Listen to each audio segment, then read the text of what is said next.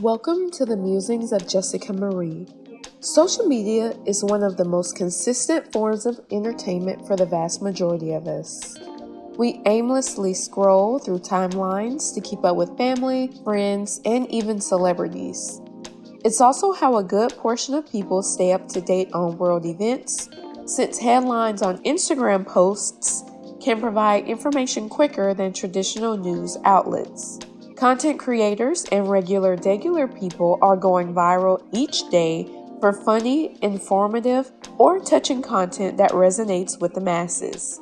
Now, I've never been particularly poppin' on social media, but I have been on most of the popular platforms for about a decade. Facebook was my initial timeline of choice. I enjoy playing the games and uploading personal family pictures to my page. Unfortunately for me, those pictures didn't stay posted for long since I had to go over the reasons why that was inappropriate with my parents soon after. That initial conversation with them kind of soured my view of the platform since I was hyper aware that other people could see my actions. Even to this day, if I change my header image, I delete the subsequent posts that's automatically created.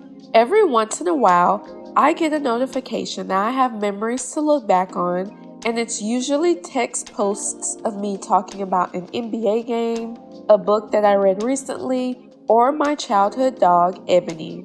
My profile now is technically updated with my married name and a headshot, but I don't post anything on my personal page. My Facebook friends are an interesting mix. I'd say most of them are people who I went to high school with that either still live in Americus or in a surrounding town.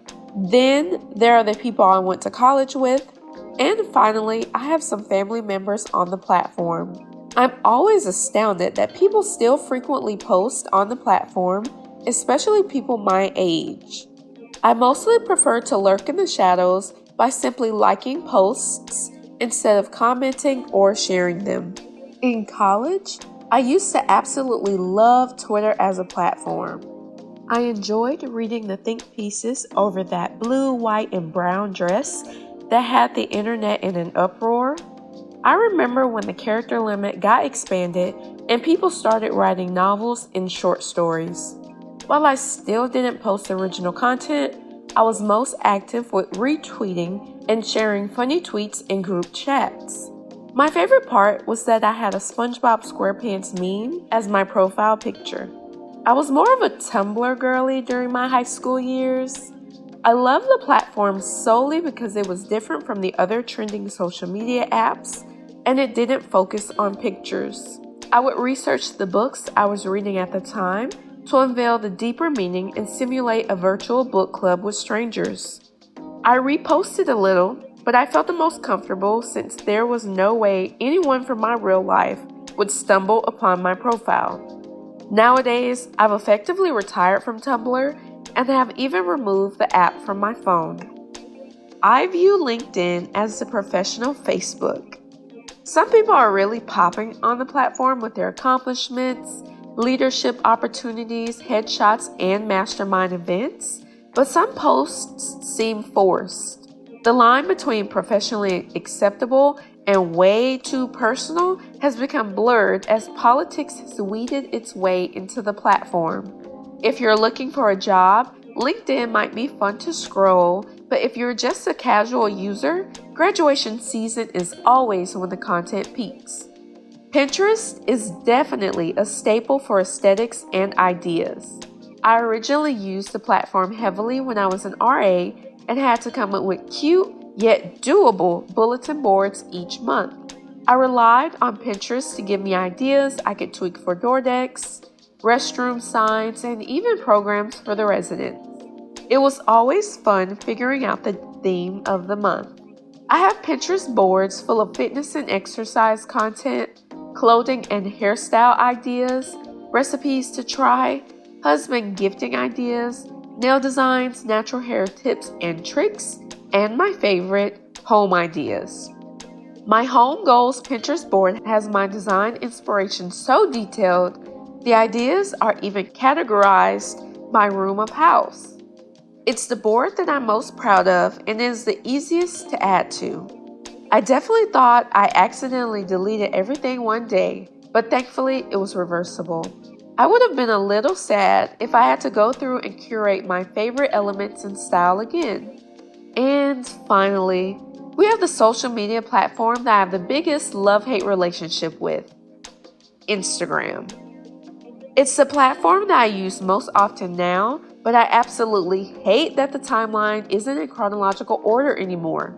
I know that update happened a few years ago, but it makes it so difficult to get traction on your posts. The algorithm is a piece of work and not in a good way.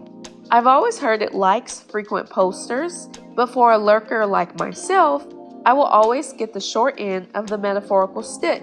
I love keeping up with my favorite influencers and friends, but sometimes the platform is just stale from the content constantly being pushed to us. For business purposes, I utilize Facebook, Instagram, and Pinterest to publicize my new blog posts. While I haven't been successful in gaining traction on the first two platforms, I actually had a post go viral on Pinterest recently. Pearly Whites is actually doing numbers. I remember how geeked I was the first few days when the impressions started going up. It hit 7K, then went up to 9K, 13K, 20K, and is now sitting at about 27K after a month. It's so interesting that that's the post that is doing the best. I've also started utilizing YouTube since Chris prefers listening to my musings than reading them. Puppy Prison is the video sitting at the most views so far with 47. It's definitely intimidating trying to grow on social media when you don't have a following, but it's a breath of fresh air when you get just a little bit of traction or engagement. I've been trying to focus on just posting my content instead of second guessing. For more on this, check out Unconventional Nuances and the Fear of What If that go further into how I combat my reservations. At this point, everything I'm doing now is paving the way for my future success. I know if I stay consistent, I'll see genuine growth eventually. If you enjoyed this episode, let me know by giving this video a thumbs up, leaving a comment, and subscribing to my channel. See you in the next episode. Signed, Jessica Marie.